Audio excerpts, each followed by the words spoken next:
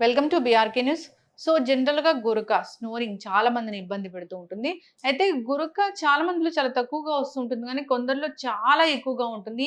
ఇబ్బంది పెడుతూ ఉంటుంది. ఇదొక అనారోగ్య సమస్య అని కూడా చెప్తూ ఉంటారు. ఇక కొందరిలో దీనివల్ల హార్ట్ అటాక్స్ వస్తాయని కూడా చెప్తూ ఉంటారు. వాస్తవమేనా? గురక అనేది ఎందుకొస్తుంది? రాకుండా జాగ్రత్తలేంటి? గురకకి ట్రీట్మెంట్ అనేది ఏముంది?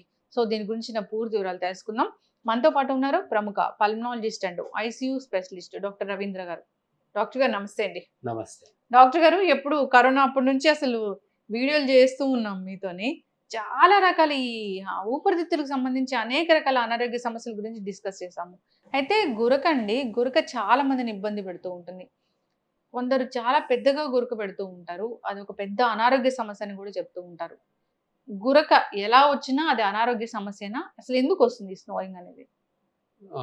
గురక అనేది చాలా మందిలో ఎలాంటి ఫీలింగ్ ఉంటుందంటే, గురక వస్తే హ్మ్. Sound sleep. హ్మ్. చాలా మంచి నిద్రపోతున్నారు. మీరు గురకని అనారోగ్యం అంటారేంటి అని క్వెషన్ వేసేవాళ్ళు. హ్మ్. బట్ గురక రావటం అనేది నిద్ర అనేది సరిగ్గా పోకపోవడం. హ్మ్. సో, ఇది అనారోగ్య కారణాలకు దారితీస్తుంది.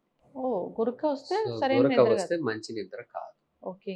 సో, ఏమవుతుందంటే మనము బాగా పగలు కొన్ని గంటలు నిద్రపోతాం. కొన్ని గంటలు మెలుకువగా హ్మ్. ఈ నిద్రపోవటము, రెస్ట్ తీసుకోవటం అనేది మినిమమ్ టు మినిమమ్ లెక్క ప్రకారం 8 గంటలు మనం ఎవరైనా నిద్రపోవాలి. హ్మ్. మిగతా గంటలు మేల్కొని ఉంటాం. అవును. సో, ఒకసారి మనం మేల్కొని ఉన్నాక ఒక వ్యక్తి 72 నుంచి హ్మ్. 96 గంటలు గనుక నిద్రపోకుండా ఉంటే వాళ్ళు దాదాపుగా సైకలాజికల్ అయిపోయి పిచ్చి వాళ్ళుగా అయిపోయే ఛాన్స్ ఉంది. ప్రాణ ప్రమాదం వస్తుంది. హ్మ్. సో, అలానే కొంతమంది ఏం చేస్తారంటే 4 గంటలు, 3 గంటలు అట్లా పడుకుంటా ఉంటారు. హ్మ్. దానివల్ల ఏమవుతుందంటే వాళ్ళకి క్రానిక్ నిద్రలేమి వస్తుంది. అంటే ఆహ్, తక్కువ సరిపోక. సో, హ్మ్. దానివలన కొంత నిద్రపోతుంటారు కాబట్టి వాళ్ళు సైకాలజికల్‌గా మారిపోకుండా హ్మ్. వేరే ఎఫెక్ట్స్ కనబడతాయి. హ్మ్. అయితే ఈ నిద్ర లేకపోవడము అనేది వాళ్ళు 8 గంటలు పడుకున్నా హ్మ్. మేబీ 2 అవర్స్‌కే ఈక్వల్ అవుతది ఈ గురకున్న వాళ్ళకి. మంచి స్లీప్ కాదు అది. మంచి స్లీప్ కాదు. హ్మ్. మామూలుగా మనం నిద్రపోయినప్పుడు ఏమవుతుందంటే మనం బాగా రెస్ట్‌లోకెళ్తున్నప్పుడు హ్మ్. మన హార్ట్ రేటు తగ్గుతుంది. హ్మ్. సో, హార్ట్ కూడా రెస్ట్‌కెళ్తుంది. బ్రెయిన్ గూడా ఒక స్టేజ్ నిద్రలోకెళ్తుంది. ఒక బ్రెయిన్ స్టేజెస్ కూడా 4 అంటే NREM sleep stage, REM sleep stage అని అందులో బ్రెయిన్ గూడా సైకిల్స్‌లోకెళ్తుంది. హ్మ్. బాడీ అంతా గూడా రిలాక్స్ అయిపోతుంది. మన కండరాలన్నీ రిలాక్స్ అయిపోయి ప్రశాంతం మన పొజిషన్ మనకే తెలీదు. సో, అలాంటి పొజిషన్‌లోకి ఎళ్ళాల్సిన వాళ్ళము ఏమవుతుంది ఎళ్తున్నప్పుడు గొంతు దగ్గర కండరాలు ఏవైతే ఉన్నాయో అవి గూడా రిలాక్స్ అయిపోతాయి. ఈ రిలాక్స్ అయిపోయినప్పుడు కొంతమందికి ఈ నాలుక పెద్దగా ఉండటం వల్ల కానీ, లేకపోతే అక్కడ ఈ కండరాలు ఎక్కువగా రిలాక్స్ అయిపోయి అది పూడుకుపోవటం వలన హ్మ్. ఊపిరాడడం తగ్గుతుంది.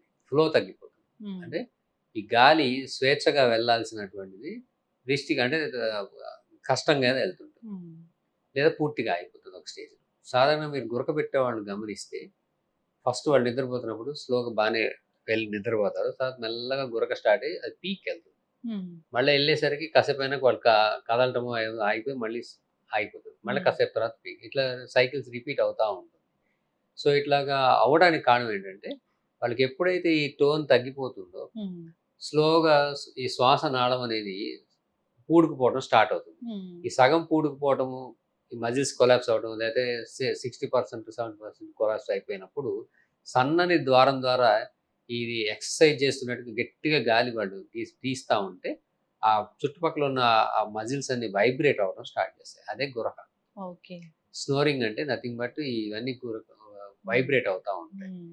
ఈ వైబ్రేట్ అవుతూ ఉండటం వలన ఎనీథింగ్ బాడీ గాని, మెటల్ గాని హ్మ్. ట్యూనింగ్ ఫోర్క్ అది వైబ్రేట్ అయితే సౌండ్ వస్తది. హ్మ్. మన టిష్యూస్ వైబ్రేట్ అయితే సౌండ్ వస్తది. హ్మ్.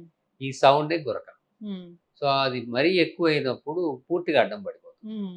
పూర్తిగా అడ్డం పడినప్పుడు వాడికి ఊపిరి ఆగిపోతుంది. ఓహ్! ఊపిరి ఆగిపోయింది అనంటే వాళ్ళు మెలకువకొస్తారు.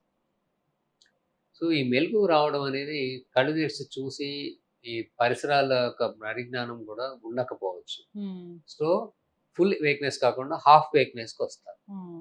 ఈ హాఫ్ వేక్‌నెస్‌కొచ్చినప్పుడు మళ్ళా టోన్ పెరుగుతది. హ్మ్. బాడీలో చేంజెస్. ఈ టోన్ పెరగటం వలన మళ్ళీ వాళ్ళకి సెట్ అయిపోయి మళ్ళీ సౌండ్ తగ్గిపోయి మళ్ళీ నిద్రలోకి వెళ్ళడం స్టార్ట్. ఇలా నిద్రలో సగం వెళ్ళటం, మళ్ళీ ఆగిపోవడం, మళ్ళీ టోన్ పెరగటం, ఆగటం అట్లా అవుతూనే ఉంటుంది. కాబట్టి వాళ్ళు నేరో అయినప్పుడు ప్రశాంతంగా నిద్రపోవాల్సిన వాళ్ళు ఎక్సర్సైజ్ చేస్తూ ఉంటారు to take break. So muscles relax అవ్వవు. 2 ఆక్సిజన్ అనేది పడిపోతుంది. ఎందుకంటే 50% ఫ్లో పడిపోవడం కానీ లేకపోతే పూర్తిగా ఆగిపోవడం వలన బాడీలో ఆక్సిజన్ పడిపోతుంది. బాడీలో నిద్రపోతున్నప్పుడు ఆక్సిజనే లేనప్పుడు బాడీ అనేది ఒక ఎమర్జెన్సీని డిక్లేర్ చేసుకుంటుంది. ఈ ఎమర్జెన్సీని డిక్లేర్ చేసినప్పుడు హార్ట్ రేట్ పెరిగిపోతుంది, ఎడ్రినల్ అంటే మనం నీళ్ళలో పడ్డాం, ఊపిరి ఆడట్లా.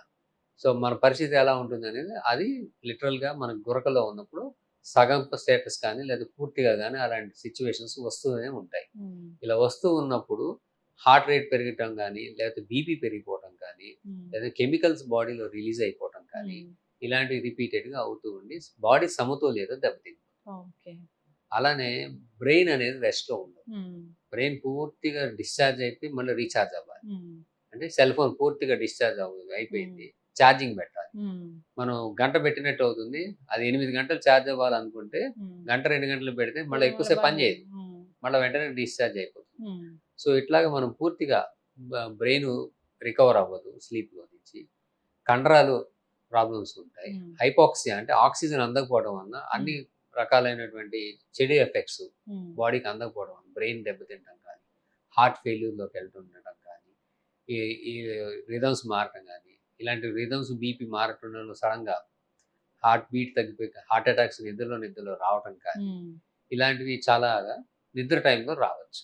బాగా ఒబెసిటీ ఉన్న వాళ్ళలో వస్తుందా డాక్టర్ గారు? ఇది ఒబేసిటీ ఉన్న వాళ్ళలో ఎక్కువగా ఉంటుంది, కానీ లేని వాళ్ళలో కూడా ఉంటుంది. అయితే ఇది నిద్రలో కాకుండా దీని ఎఫెక్ట్స్ తర్వాత డే టైంలో కూడా వాళ్ళకి పడతాయి. పొద్దున్నే లేవగానే ఫ్రెష్గా ఉండకపోవడం, నిద్ర వస్తున్నట్టు ఉండటం, దేని మీద కాన్సన్ట్రేట్ చేయలేకపోవటం, యాక్టివిటీ తగ్గటం, థింకింగ్ ప్రాసెస్లో అంటే చురుకుతనం తగ్గుతుంది. అంటే మనం ఏదైనా లెక్క అడిగామనుకోండి అందరు చెప్పేస్తారు, కానీ వీళ్ళు చెప్పేసరికి మిగతా వాళ్ళందరూ అంటే చురుకుదనం తగ్గిపోతుంది. అలానే పని చేస్తున్నప్పుడు పరధ్యానంగా చేయడం, వాటి వలన యాక్సిడెంట్ అవ్వడం. ఇప్పుడు బండి నడుపుతూ ఉంటే వాళ్ళు అది డెసిషన్ తీసుకునే ఫ్రాక్షన్ ఆఫ్ సెకండ్ తీసుకోలేకపోవడం వల్ల వెళ్ళి గుద్దటము, టర్న్ చేయలేకపోవడము, స్కిడ్ అయిపోవడము ఇలాంటివి జరుగుతాయి. సో అందుకనే గురకుండి ఈ ప్రాబ్లమ్స్ ఉన్నవాళ్ళు డ్రైవింగ్ చేయకూడదు. ఎస్పెషల్లీ ఇలాంటి జబ్బు ఉందా లేదా అని టెస్ట్ చేసి ఇది లేదు, ఈ గురక యొక్క సమస్య మనిషికి లేదు అన్నప్పుడు మాత్రమే కొన్ని జాబులు ఇస్తారు. అలాంటి పైలట్స్ ఇప్పుడు కొన్ని బిజీ ట్రైన్స్ నడపేవాళ్ళు వీళ్ళకి ఆ టెస్ట్ చేసి విజిలెన్స్ టెస్ట్ అంటారు, సైకోమోటర్ విజిలెన్స్ టెస్ట్ అనేది కండక్ట్ చేసి వీళ్ళు అలర్ట్గా ఉంటున్నారు, వీళ్ళకి నిద్ర రాదు, ఆ సమస్య లేదు అన్నప్పుడు ఇస్తారు. లేకపోతే వాళ్ళ వలన యాక్సిడెంట్ అయితే వాళ్ళతో పాటు ప్రయాణిస్తున్నారు ప్రయాణికులందరూ ప్రాబ్లం వస్తుంది, ప్రాణాలు పోతాయి కాబట్టి. సో అదే పరిస్థితుల్లో సివియర్ కండిషన్లో ఉండి నిద్ర ప్రాబ్లమ్స్ ఉన్నవాళ్ళు, స్నోరింగ్ ఉన్నవాళ్ళు డ్రైవింగ్ వాళ్ళంతటి వాళ్ళే చేయకపోవడం మంచిది. సో ఇలాంటి నష్టాలు చాలానే గురక వలన ఉన్నాయి, ఇవన్నీ ఎవరికి గమనించరు. అంతేకాకుండా గురక క్రానిక్ 10 ఏళ్ళు 20 ఏళ్ళు భరిస్తూ ఉండటం వలన హార్ట్ ఫెయిల్యూర్ వచ్చేస్తుంది, కాళ్ళు ఉబ్బులు వచ్చేయడం, హైపాక్సియా పర్మనెంట్గా అయిపోయి వాళ్ళకి కార్పల్ అని రావడం, ఇలాంటివి కూడా అదర్ ప్రాబ్లమ్స్ వచ్చేస్తాయి. బీపీ ఎక్కువ ఉంటాం, షుగర్ కంట్రోల్లోకి రాకపోవడం, ఇవి నడుస్తుంటాయి. సో స్టడీస్లో చెప్పేది ఏమిటంటే బీపీ షుగర్ రెండు కనుక ఉంటే అవి మోర్ దాన్ ఒక మెడిసిన్ కన్నా ఏదైనా జబ్బుకి అవసరం పడదు, అంటే బీపీకి 2 మెడిసిన్స్, షుగర్కి అట్లా ఉంటే వాళ్ళకి గురక ఉండే అంటే గురక అంటే స్లీప్ డిజార్డర్డ్ బ్రీతింగ్ ఉండే ఛాన్స్ ఎంత 60%. సో వాళ్ళకి కంపల్సరీ వాళ్ళు చెక్ చేసుకుంటే ఇవి తొందరగా కంట్రోల్లోకి వచ్చే ఛాన్స్. అలానే అసలు ఈ గురక ఎవరిలో ఉండొచ్చు, అసలు ఎలాంటి వాళ్ళకి ఉంటుంది, ఇదేంటంటే జెంట్గా ఇది నిద్రపోయినప్పుడు ఈ టోన్ తగ్గిపోయే వాళ్ళకి ఎక్కువ ఉంటుంది. మ్యాక్రోగ్లాసియా అంటే నాలుక కొంతమందికి చాలా పెద్దగా ఉంటుంది, అలాంటి వాళ్ళకు ఉంటుంది. కొంతమందికి ఈ మెడ సన్నగా కాకుండా పొట్టిగా ఉండి లావుగా ఉంటుంది, అక్కడ వాళ్ళకి ఆ మెడ లోపల కొవ్వు కానీ కండరాలు కానీ పెద్దగా ఉండటం వలన ఆ శ్వాస ద్వారం తక్కువ ఉంటుంది, అందువలన వాళ్ళకి గురక వచ్చే ఛాన్స్. కొంతమందికి ఈ దవడ ఎముక చిన్నగా ఉంటుంది, మైక్రోగ్నాథియా అంటారు. ఈ దవడ ఎముక చిన్నగా ఉండటం వలన నిద్రపోయినప్పుడు ఆ టంగ్ లోపలికి పడిపోయి వాళ్ళకి అడ్డం వచ్చేస్తుంది. గురక వస్తుంది. సో ఇట్లాగా స్ట్రక్చరల్ ప్రాబ్లమ్స్ ఉన్నవాళ్ళు, అలానే మజిల్ టోన్ ప్రాబ్లమ్స్ ఉన్నవాళ్ళు, అలానే డిఫరెంట్ జబ్బులు ఉన్నవాళ్ళు. జబ్బులు అంటే ఈ షుగర్ కంట్రోల్ లేకుండా, అలానే బీపీ కంట్రోల్ లేకుండా, ఒబేసిటీ ఊబకాయం, అంటే ఒబేసిటీ ఎక్కువ ఉంటే గురక ఎక్కువ వస్తుంది. గురక వాళ్ళు పెట్టే వాళ్ళకి ఒబేసిటీ వస్తుంది. ఈ రెండు వయసు వర్షాలు పనిచేస్తూనే ఉంటాయి.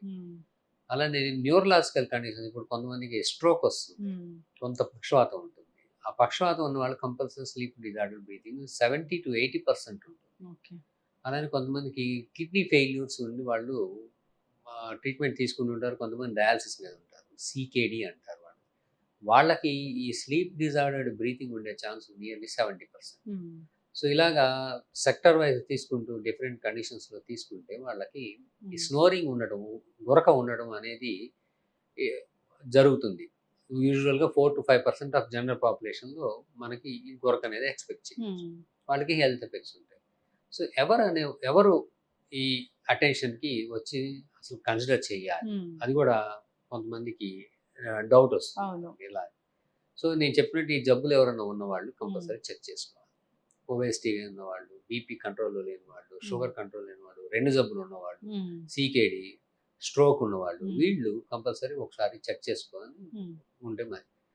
ఇవి కాక కొంతమందికి మీటింగ్లో కూర్చుంటే నిద్ర వస్తుంది, న్యూస్ పేపర్ చదువుతూ టీవీ చూస్తూ నిద్రపోతారు, తూలుతుంటారు. డే టైమ్ స్లీపీనెస్ అంటారు, ఎక్సెసివ్ డే టైమ్ స్లీపీనెస్. కొంతమంది బజార్కి వెళ్తారు, మన ఇంట్లో వాళ్ళు 10 సరుకులు లిస్ట్ చెప్పి పట్టరారా అని చెబుతారు. వాళ్ళు వెళ్ళి 2-3 తెస్తారు, మిగతాన్ని మర్చిపోతారు సాధారణంగా. So health ఇష్యూయే. 5-6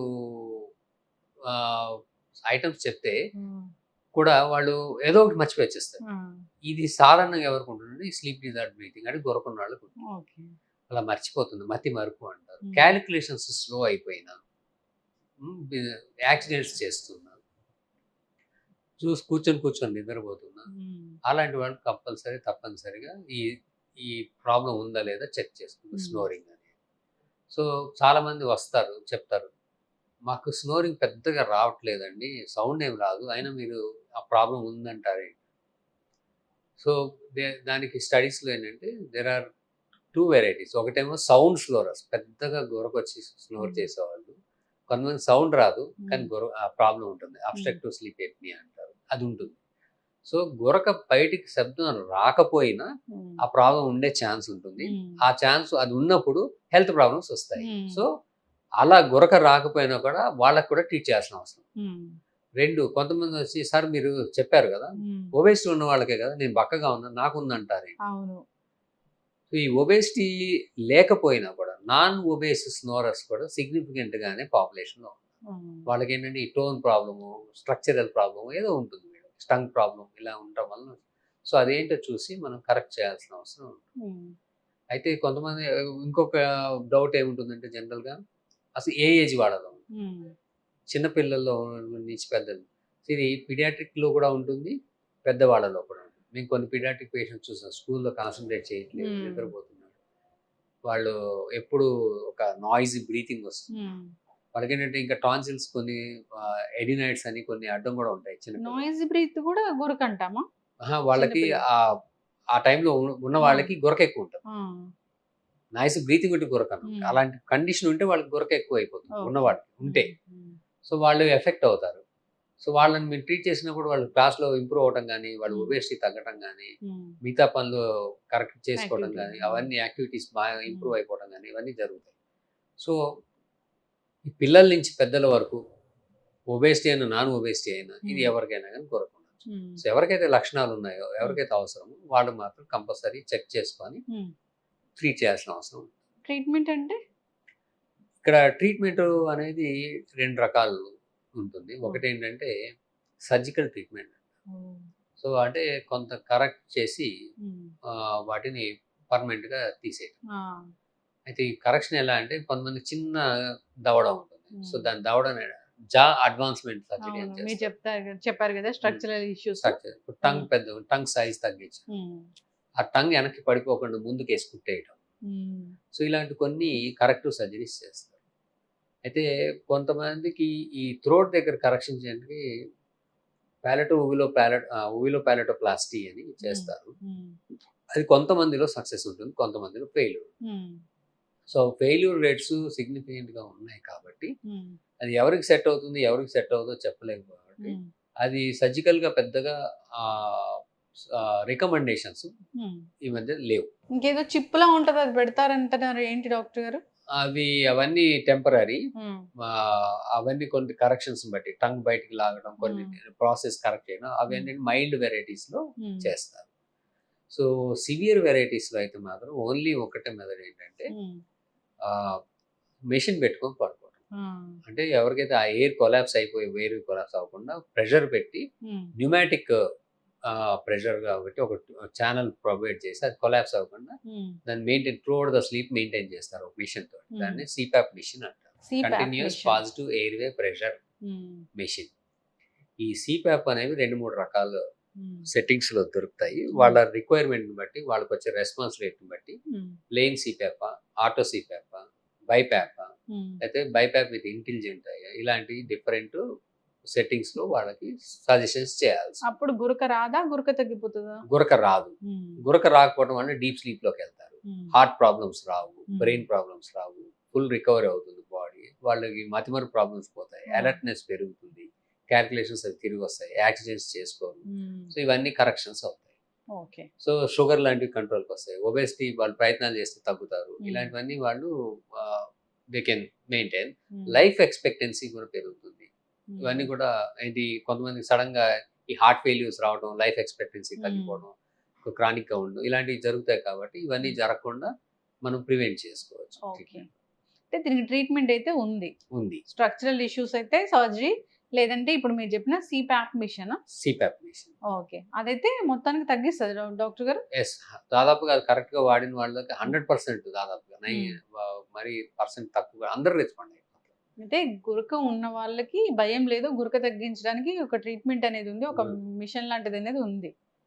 ఓకే, చాలా మంది ఇప్పుడు ఇంట్లో వాళ్ళ గురక పెడుతుంటే చాలా మంది నిద్రపోని పరిస్థితి అనేది ఉంటుంది, పక్కన వాళ్ళకి డిస్టర్బెన్స్ ఎక్కువగా ఉంటుంది. ఎస్, అది అలాంటి వాళ్ళ వల్లనే అసలు అటెన్షన్ లోకి వస్తుంది. అందులో మళ్ళీ వెరీ రేర్లీ కొంతమందికి ట్రీట్మెంట్ అవసరం పడుతుంది. సో అసలు అవసరం లేదని చెప్తాం, ఎందుకంటే వాళ్ళకి ఏం ఎఫెక్ట్స్ ఉండవు. అంటే దాన్ని ఎట్లా అంటే మేము దాన్ని స్లీప్ స్టడీ అని చేస్తాం, నాక్టర్నల్ పాలిసామ్నోగ్రామ్. ఈ నాక్టర్నల్ పాలిసామ్నోగ్రామ్ లోనే మనం క్వాంటిఫై చేస్తాం మైల్డ్, మోడరేట్, సివియర్. సో కొంతమంది గురకని వస్తారు కానీ వాళ్ళకి ఏ ఎఫెక్ట్స్ ఉండవు, డే టైం స్లీపీనెస్ ఉండదు, బాగా నిద్రపోతారు, అన్ని బాగానే ఉంటాయి. స్టడీ చేస్తే కూడా వాళ్ళకి ఇండికేషన్స్ ఏవి ఉండవు. సో అది వెరీ రేర్, ఒక పర్సంటేజ్ ఉంటారు. వాళ్ళకి మాత్రం స్నోరింగ్ సౌండ్ వస్తుంది, ఇంకా వాళ్ళు చేయాల్సిన అవసరం లేదు. ఓన్లీ ఆ సౌండ్ కోసం మాత్రమే వాళ్ళకి మెషిన్ చెప్పాలి, లేకపోతే అసలు అవసరం పడదు. ఏమైనా టిప్స్ ఉన్నాయా డాక్టర్ గారు ఈ గురక రాకుండా? ఎస్, గురక రాకుండా అంటే ఫస్ట్ ఫార్మోస్ట్ ఏంటంటే ఈ టిల్ సమ్ మెడికల్ అటెన్షన్ వచ్చేంత వరకు ఒకటి బరువు తగ్గడం. సిగ్నిఫికెంట్ గా బరువు తగ్గితే సీరియస్నెస్ ఆఫ్ స్నోరింగ్ తగ్గిపోతుంది. 2, పడుకునేటప్పుడు సైడ్ కి తిరిగి పడుకోవడం. Best option. ఏదో ఒక పక్కకి, ఎప్పుడు పక్కకే తిరిగి పడుకుంటే గురక వచ్చే ఛాన్స్ తక్కువ ఉంటుంది. అయితే మనకు తెలియదు, మనం ఎప్పుడు తిరిగిపోతామో తెలియదు. సో అందుకని ఏం చేస్తారంటే ఒక పింకీ బాల్ అనేది టెన్నిస్ బాల్ వీప్ కేసి కట్టుకుంటారు, చొక్కాకు బనీన్ వేసి కుట్టేసుకుంటారు డ్రెస్ కి. సో వాళ్ళు తిరగగానే అది గుచ్చుకుంటుంది, మళ్ళీ వెంటనే పక్కకు తిరిగిపోతారు. సో అలాంటి మెథడ్స్ కూడా ఫాలో అయ్యి ఎప్పుడు సైడ్ కే పడుకుంటే అవుతుంది. కానీ అది ఎల్లకాలము కుదరదు కాబట్టి టిల్ సమ్ మెడికల్ అటెన్షన్, వాళ్ళు ట్రీట్మెంట్ తీసుకునే ఆస్కారం వచ్చేంత వరకు అలాంటివి వాళ్ళు ప్రయత్నాలు చేసుకోవచ్చు. చక్కగా చెప్పారు డాక్టర్ గారు. గురక అనేది ఒక సమస్య, అనారోగ్య సమస్య. గురక ఎందుకు వస్తుంది అనేది డాక్టర్ దగ్గరికి వెళ్తే చెప్తారు, దానికి ట్రీట్మెంట్ అవసరమా లేదా అనేది వాళ్ళే చెప్తారు. చాలా మంది గురకని లైట్ గా తీసుకొని అనారోగ్య సమస్యలు తెచ్చుకొని హార్ట్ అటాక్, చనిపోయిన వాళ్ళని కూడా చూసాం.